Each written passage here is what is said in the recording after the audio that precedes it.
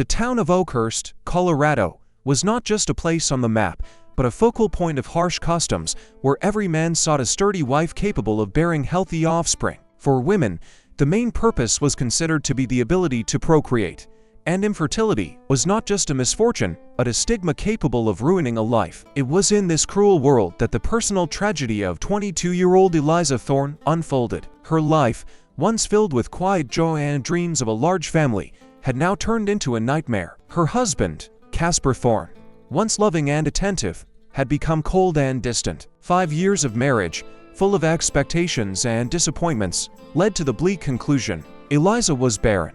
The stigma of infertility fell upon her like a hammer. Whispers behind her back, contemptuous glances from women, the pity of men, all of this weighed on Eliza, turning her life into unbearable torment. But the most terrifying thing was Casper's indifference. He did not beat her or throw her out of the house, but his silence and detachment were worse than any punishment. His family, especially his mother, reminded her every day of her shortcoming, demanding a divorce so Casper could find a real wife. Eliza felt empty, worthless, broken. Every dawn was another reminder of her inability to be a complete woman. One evening, as Eliza sat by the window, trying to find solace in the sunset, Casper entered the room. His face was pale, and his eyes, usually full of indifference, were now full of determination. Casper, his voice was harsh, without a hint of regret. Eliza, I've made a decision. This can't go on anymore. Eliza shuddered. She knew what would follow. She had been waiting for this day, but it didn't make it any less painful. Eliza, her voice was barely audible. You want a divorce? Casper, he nodded. Yes. My mother is right. I can't live without children. Our marriage, it was a mistake. I can't bear this any longer. His words were like knives, plunging into her heart. She felt her world crumbling. 5 years of hope, 5 years of struggle, all of it had been for nothing. She was nothing. Casper continued, avoiding her gaze. I've already arranged everything. You'll leave tomorrow morning. The family has already found you a place in another town. You'll live with a widow, helping with the chores. You'll be given money for the journey.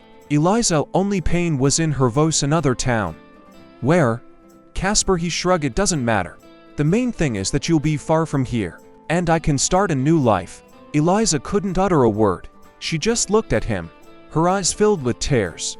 The man she loved was so easily giving up on her, casting her out of his life like a useless thing. She felt dirty, abandoned, betrayed. The only thing she could do was silently accept her fate. But deep within her soul, a faint but stubborn flame was kindling, a flame of resentment that was slowly growing into determination. She would not let them break her. The next morning, under the cover of dawn, when the town was still asleep, Eliza left the house that had been both her home and her prison. In her hands, she carried a small, tattered bundle that held all her possessions, a few changes of clothes, her mother's old Bible, and a wooden doll that Casper had given her in the early years of their marriage when he still believed in their shared future. She did not look back. Her eyes were dry, but her heart cried out in pain. She was broken, but not defeated. Her path lay to the west, to the town of Sand Ridge, which, she was told, was a small but prosperous settlement. There, in the home of the widow Martha O'Neill, she was to find a place for herself. The journey was long and difficult. The decrepit stagecoach, creaking and groaning, carried her farther and farther from her past life. Every jolt of the wheel on the dusty road was a reminder of her humiliation, of her shortcoming. She felt unwanted, redundant, a burden. Upon arriving in Sand Ridge, Eliza immediately felt like a stranger. The town was bustling, but the people here were as harsh and demanding as in Oakhurst. The widow Martha O'Neill turned out to be a strict but fair woman. She took Eliza in, but immediately made it clear that she had to work. Eliza took on any job. She washed floors, did laundry, cooked meals. She worked from dawn to dusk, trying to forget her pain. But the pain didn't go away. Every night, lying in her small, cold room, she'd cry, remembering Casper's words, his family's glances, her loneliness. She felt punished for something she wasn't guilty of. She was broken, but not defeated. And at that moment, in that strange room, in the heart of the Wild West, she felt her resolve strengthening. She would not let them break her. She would find her way. She would prove to everyone that she was capable of more. She wouldn't just be a servant, she would live. Life in Sand Ridge was hard but predictable. Eliza worked tirelessly, and it was the only thing that saved her from complete despair. The days merged into one endless stream. The morning coal, the smell of freshly baked bread, the heavy buckets of water she carried from the well. She didn't seek friends and avoid unnecessary conversations. The townspeople initially looked at her with curiosity, but soon got used to the quiet, inconspicuous woman who seemed older than her years. Her eyes, once full of hope, were now extinguished, and a smile was a rare guest on her face. One day, as Eliza was walking to the market for groceries, a boy rushed past her, bumping into her and dropping all his purchases. Eliza, despite her fatigue, immediately knelt down to help him. Eliza softly, but with pain in her voice, careful, "Little one, did you hurt yourself?" But quickly gathering the groceries, "No, ma'am, sorry. I was in a hurry." At that moment, a tall, stately man with a tired but kind face, his hair already touched with gray, approached them. It was a local rancher, Alan Johnson. Standing next to him was a girl, about the same age as the boy. Eliza didn't immediately look up, but when she did, her heart stopped. She saw not just a man, but a person with deep wrinkles on his face that spoke of past hardships, and a scar that ran from his temple to his chin. But what struck her even more were the man's eyes. They held not only weariness, but also boundless love and care for the children standing next to him. Alan Johnson kneeling to help gather the groceries. "Tom, I told you to be more careful." "Excuse her, ma'am. Kids, they're like that." Eliza smiled faintly. "It's all right." Alan looked up at her and held her gaze. He saw not just a woman, but an exhausted yet strong soul hidden behind weary eyes. He saw in her not a broken person, but someone who had gone through something terrible. He didn't know why, but he wanted to help her. "Alan Johnson, I'm Alan Johnson. These are my children, Tom and Lily." Pointing at them, "We live on the outskirts of town." Eliza quietly, Eliza. From that day on, Eliza began to often notice Alan and his children. Tom and Lily were cheerful, but modest and well-behaved children. They always stayed close to their father. Their small world seemed to revolve around him. Eliza involuntarily watched them. How Alan patiently taught Tom to use a lasso, how he read fairy tales to Lily, how he played hide and seek with them. She saw in him not just a father, but a true friend to his children, and this caused in her an inexplicable mix of admiration and sorrow. She couldn't shake the thought of how unfair life was. This man had children, but no wife. She, Eliza, had a wife, but no children. The irony of fate seemed cruel and painful to her. One day, when Eliza was again watching them from the sidelines, Alan approached her. He noticed her intense gaze, but felt nothing in it but quiet sadness. "Alan Johnson, I've noticed you often watch us. Do you need children?" Eliza flinched at his direct question. The pain she had so carefully hidden spilled out. She couldn't hold back the tears, and they streamed down her cheeks. Eliza, through her tears, "I can't have children. That's why I was cast out." Alan looked at her, and there was no pity or contempt in his eyes, only understanding. He offered her a clean handkerchief. Alan Johnson softly, "My wife died in childbirth. She was a wonderful woman. She left me to beautiful children. Sometimes, I feel like I'm not managing." His words were a revelation for Eliza. She had blamed herself for so long that she couldn't imagine someone else having a similar pain. She realized that Alan, despite his strength and care for his children, was also lonely. Their pain was different, but it was equally deep. From that moment on, their communication changed. They began to talk more often, first about the children, then about life, about their losses. Eliza didn't tell him about her past in detail, but he seemed to understand everything without words. He saw her inner strength, her kindness, her pain. He didn't see a broken woman. He saw a person who simply needed support. One of those evenings, as they sat on Martha's porch, Alan made her an unexpected offer. "Alan Johnson, seriously, Eliza, I know this might sound strange, but I'm not looking for a wife for myself. I'm looking for a mother for my children. I see how you interact with them, how you look at them. I see that you don't need your own children to be a good mother to them. They need you." Eliza couldn't believe her ears.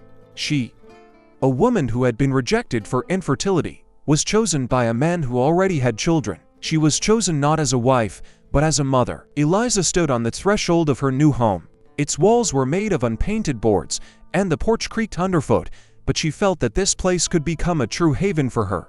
Inside, she was met by the gentle, curious gazes of Tom and Lily. To Bo, Tom resembled his father, the same serious look, the same light brown hair, bleached by the sun. Lily, with her curls and freckles, seemed the complete opposite.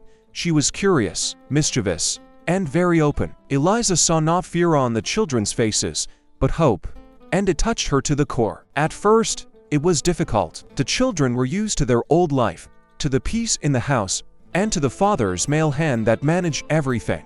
But Eliza showed patience and wisdom. She didn't try to replace their mother.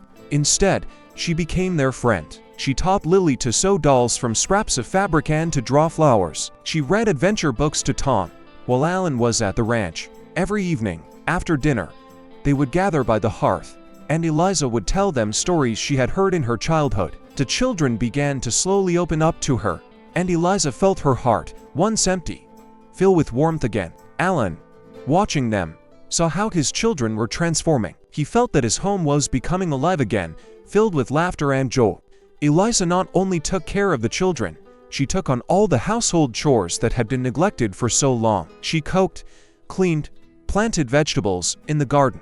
In her hands, even the simplest work seemed noble. One day, when Alan returned from the ranch, he saw Eliza sitting on the porch, holding Tom and Lily close and reading a book to them. He stopped in the doorway, his heart seized by a rush of emotion. He realized that Eliza was not just a woman he had chosen for his children, but a person who had brought light and warmth into his life. But not everyone was happy with this union outside the house walls. Rumors began to circulate in the town. Gossips, sitting by their windows, speculated that Alan, such a handsome and strong man, had chosen an incomplete woman for himself. They said that Eliza was just looking for a benefit, that she latched onto him to get a roof over her head. These words reached Eliza, and they hurt, but she had learned to ignore empty words. Her pain was too deep to pay attention to someone else's envy. One day, when Eliza went to the general store, one of the women, Marilyn, approached her aunt, looking her up and down contemptuously, asked mockingly. Marilyn mockingly, Eliza, I heard you're Alan's wife now. I'm surprised, of course. Everyone knows you can't have children. How did he agree to take someone like you? Eliza looked her straight in the eye. She could have burst into tears, run away, but she felt a surge of determination that came from her love for Alan and his children. She could not allow anyone to insult their new family. Eliza calmly and firmly, Marilyn, children aren't just about blood. Children are about the love you give them. Alan knows that better than anyone. He chose me not so I could have children for him. He chose me so his children wouldn't be alone. And that's the most important thing. Marilyn didn't expect such an answer. She fell silent, and Eliza, holding her head high, walked on, holding her basket of groceries. At that moment, she felt truly free. She was no longer a victim. She was a woman who had found her place in the world. She was a mother to Tom and Lily, and that was the greatest happiness for her. That same evening, after the children were asleep, Alan came up to Eliza and hugged her from behind. He didn't say anything, but she felt his warmth and support. Alan Johnson softly, you know you don't have to respond to their words. Their envy. It comes from their foolishness. Eliza turning to him, I know, but I couldn't stay silent. I won't let them say things like that about our family. In his eyes, she saw admiration. For the first time in a long time, she felt that she was loved, valued, and respected. She was no longer just a barren woman. She was Eliza, and she was happy. Months passed, and the Johnson home turned into a fortress. Not one built of stone, but one built on love and trust. Tom and Lily no longer hesitated to call Eliza Mom. She was their sanctuary, their greatest comfort. Eliza, in turn, blossomed. Her face, once pale and haggard, now glowed with happiness. A smile became her constant companion, and the sparkle in her eyes returned. She was no longer a barren woman. She was a mother. One day, a new doctor, Dr. Allen, arrived in Sand Ridge. He was young, but his knowledge went far beyond the usual practices of the Wild West. He came to open his clinic, and soon everyone in town learned of his skills. Stepping into the pharmacy to buy herbs for her garden, Eliza accidentally met the doctor there. They started talking, and, not knowing why, she told him her story. She spoke of her pain, of her loss, of how she was stigmatized and rejected for her infertility. The doctor listened attentively, without interrupting. When Eliza finished, he was silent for a moment, and then he spoke, and his words stunned her. Dr. Allen calmly, Eliza, Many conditions that were once considered incurable can now be treated. I can't promise you anything, but it's possible you simply didn't receive the right treatment. If you allow it, I would like to perform an examination." Eliza didn't know how to react. She had long since come to terms with her fate. The thought that she might be curable was too bold, but hope, which she thought had died, flared up again in her heart. She looked at the doctor and, nodding, agreed. A few days later, she came to his clinic. Dr. Allen conducted a thorough examination and, after a few hours, announced his diagnosis. Dr. Allen, with a smile: "Eliza, you are not barren. You had an inflammation that, if left untreated, can lead to infertility, but it can be cured. And that's not the only thing I found." He extended his hand to her. "Dr. Allen, congratulations, you're expecting a child." Eliza couldn't utter a word. She just looked at him, and then her eyes filled with tears. These were tears of happiness, tears of relief. She was happy not only that she would be able to have her own child, but also that all the words, all the humiliations, all the years of pain she had to endure were just a mistake. She wasn't broken, she was simply punished for someone else's ignorance. That evening, Eliza told Allen everything. He wasn't surprised. He looked at her, full of happiness, and couldn't help but smile. He hugged her tightly. "Allen Johnson," gently, "I knew it. I always knew you could. And you know what? It doesn't change anything. I love you for who you are. And it doesn't matter if you have children or not. You are my happiness." Eliza looked up at him. In that moment, she understood that her happiness was not only the possibility of having a child, but also the love she had found. She had found something much more important, not just a family, but true love. Her past was a cruel lesson she would never forget, but her present was the light she had found. Conclusion: in the modern world, just like in the Wild West, people often face unfair judgment and prejudice. Our heroine, Eliza, was punished for something she wasn't guilty of, and rejected because of her so-called shortcoming. Her story reminds us that the most important thing in life is not what we can or cannot give, but who we are. Allen, by choosing her, showed that true love and family are not about blood ties, but about compassion, acceptance, and faith in a person. This story teaches us to be more open, more understanding, and not to judge people by their physical characteristics or by what others say about them.